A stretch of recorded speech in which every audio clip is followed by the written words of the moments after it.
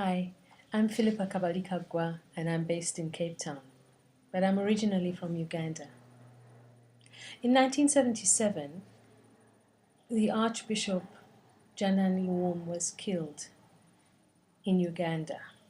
I was in boarding school then, and I remember that evening the headmistress called us to chapel and she told us that he had been killed. And there was an eerie darkness that hung over us. As teenagers, we didn't know what to say. People started crying. People wanted to go home, but we didn't know whether we could go home. And we knew something terrible was happening in Uganda. Well, I went home that holiday and we left. We left Uganda. My father was already living in Addis Ababa. My eldest sisters, two of them and I, left Kampala and went to join my father in Addis Ababa. My mother stayed behind with my brother and sister who had cerebral palsy. And then she left later, but she had to stay in Nairobi. And after a while, one of my sisters went to university in the States. My other sister went back to Uganda because she had to finish her A-levels. She had 2 terms of school left. I joined my mother and my other brother and sister in Nairobi, and my father stayed in Addis Ababa. And so for the next year or two, as a family, we were living in 4 different places.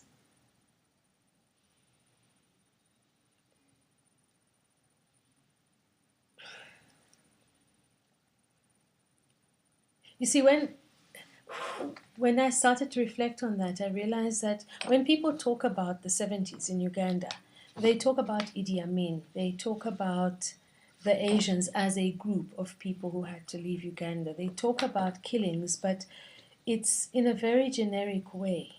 And you don't hear the stories of real people who lived in that time. You don't hear the stories of, I've got lots of friends now from Uganda who live all over the world.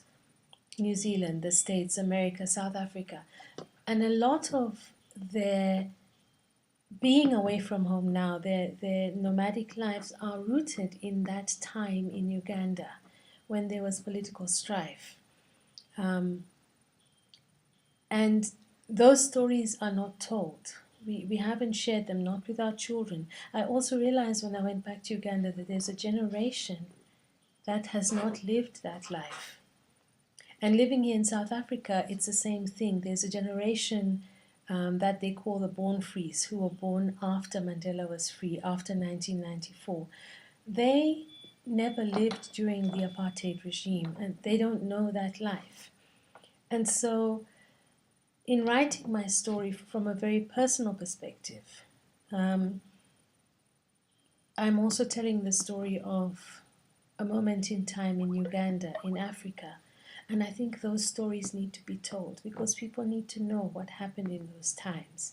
People need to know also the impacts of the politics on people's lives. And people need to also know that it's not all bad. You know, in writing the book, I keep connecting also with happy memories, with meeting a grandmother for the first time, Jaja Eumeli. And in our culture, the Baganda, we don't point at people with our fingers. We use our mouths. And the first person I remember seeing doing that was Jaja Eumeli. But she could point. Her lower lip was like a finger. And I remember sitting in that room with my eyes open wide, completely fascinated by this old lady.